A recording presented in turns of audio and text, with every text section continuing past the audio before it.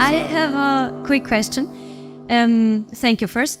And I wonder how you study the surahs. Do you have tips for us? Like when we want to study a surah, Cool. do you have a fixed plan which you use for every surah? Or yeah, that's it. Thank you. It's complicated. I don't think you guys can follow my plan yet, but I want to be able to get you to the point where you can follow my plan. I'll tell you briefly my plan, and then I'll tell you what I want to be your plan. My plan was to tell you your plan on day 7. Okay? So I'll tell you my plan today. I'll tell you your plan on day 7. Okay, inshallah. What I do when I study a surah is I recite that surah over and over again for at least a few days. Just recite that surah. And that's my first step.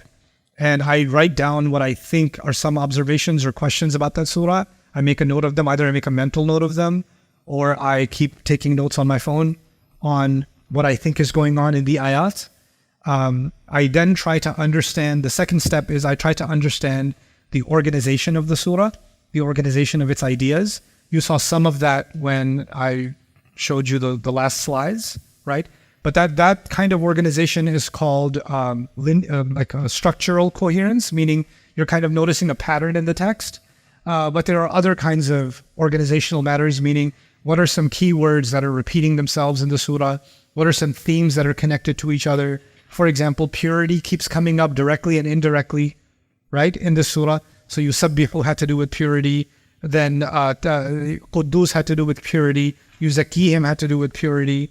Himar, from the Jewish perspective, had to do with purity, right? So there's lots of, what are some themes that keep recurring or showing up in different ways inside a surah that bind the ideas of the surah together? That's the second thing I look at. So this is kind of a literary type of study. The third layer of my study is to investigate the meanings of the words in the surah. So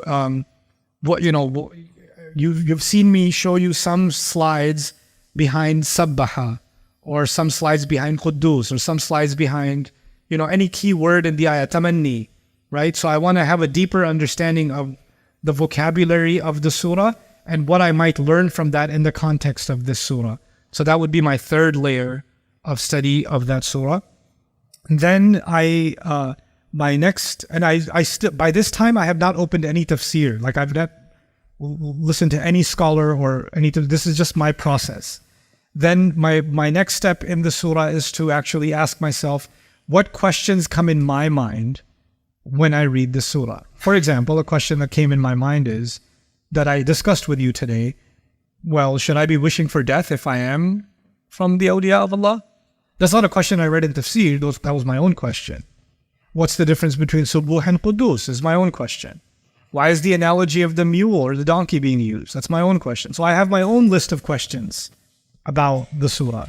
And then I try to find the answers to those questions across the Quran. And then another wave, these are multiple waves I know, but another wave of study of the surah is, if the Quran is talking about something, I want to know more about it from outside the Quran. Like, for example, I actually must have watched 2 different videos long videos, documentaries on donkeys. And I read several articles on donkeys because Allah talked about donkeys. So if he talks about something, I want to know more about it. That's just the way my brain works towards surahs. When we were studying Surah Al-Dhariyat, with Dhariyati Dharwa, the winds that blow and carry, I studied the winds.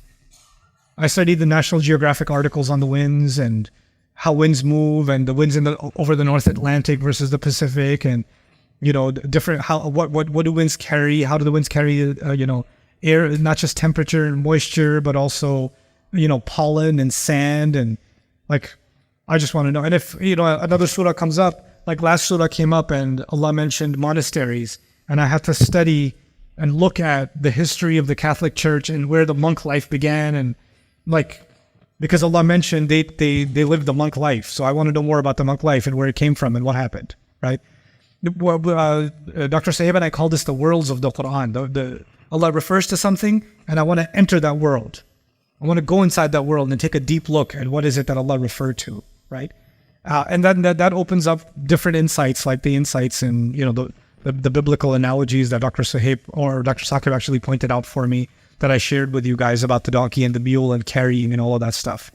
So that's another process. Now towards the end, then I listen to, I read Mutawalli Sha'rabi second. Actually, I listened to Dr. Isar Ahmed, his Mufassal Darse Quran, it was called, in Urdu first. It's a detailed lecture series on the Quran. Dr. Saab is my first inspiration in the Quran. I've heard him hundreds of times before, but I listened to him again anyway. And I listened to him to see how I think differently from he does. And his lectures on this surah are 4 hours long. So he covered the entire surah in 4 hours. Urdu, yeah. That's not in English. And then I'll read Mutawalli Sha'rabi, because he has nice insights sometimes, rahmahullah, if there's something available from him or some video I can find of his. Then I'll start building my way up to go towards the tafsir, but not go there yet.